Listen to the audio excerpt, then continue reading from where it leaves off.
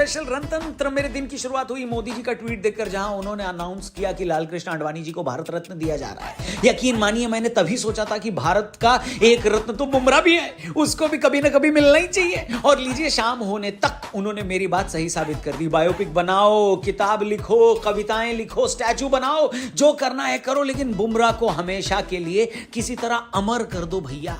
जिस गेंद पर उन्होंने बेन स्टोक्स को आउट किया, उसके बाद बेन स्टोक्स का रिएक्शन इस दुनिया के सारे बल्लेबाजों का रिएक्शन था। आप कितने भी बेहतर हो, बुमराह से नहीं बच सकते।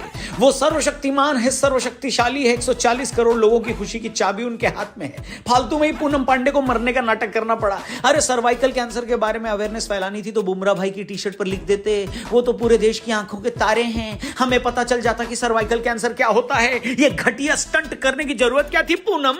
एक काम करते हैं दोस्त, शुरू से शुरू करते हैं। दिन का खेल जब शुरू हुआ तो हमारा निजी स्वार्थ ये था कि यशस्वी जायसवाल अपनी डबल सेंचुरी तक पहुंच जाए। वो इसलिए क्योंकि यशस्वी ने जब क्रिकेट खेलना शुरू किया था तब उनका टारगेट ये था कि वो मुंबई की रणजी टीम के लिए क्रिकेट खेलें। जो भी क्रिकेट को ये समझता है उसको पता है कि मुंबई की टीम से रणजी खेलना बहुत मुश्किल है। उस वक्त पर यशस्वी जायसवाल एक टीनेजर ही रहे होंगे, लेकिन उस उम्र में अपने ऊपर इस किस्म का भरोसा होना और इतने पक्के इरादे ने लोगों को भरोसा दिला दिया था कि ये लड़का लंबी रेस का घोड़ा होगा।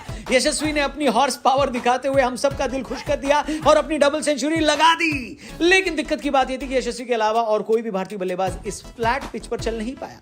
यशस्वी के 209 के बाद टीम के हाईएस्ट स्कोरर थे शुभमन गिल, जिन्होंने 34 रन बनाए। इतना डिफरेंस तो बस मैंने बीजेपी और कांग्रेस की लोकसभा सीट में देखा है।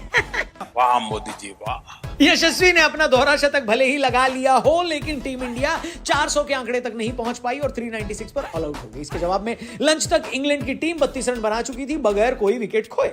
लंच के बाद भी इंग्लैंड वालों का बेसबॉल जारी रहा और बड़े आराम से हाफ सेंचुरी वाली पार्टनरशिप कब हो गई पता ही नहीं लगा। हमें लगा अब तो पूनम पांडे का भी कमबैक हो गया है, हमारा कब करवाओगे प्रभु? तभी हे प्रभु हे हरि राम कृष्ण जगन्नाथ प्रेमानंद, ये क्या हुआ?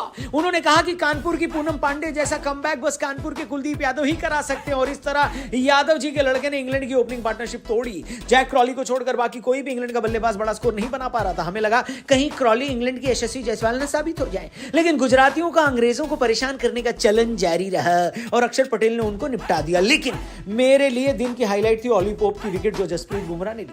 अगर आपने नहीं देखी तो तुरंत से जाकर उस विकेट की हाईलाइट देखो। मैं गारंटी देता हूं कि मजा ना आए तो पैसे वापस। बुमराह की एक इन स्विंग यॉर्कर ने पोप के स्टंप तबाह कर दिए, और वैसे भी अभी इस साल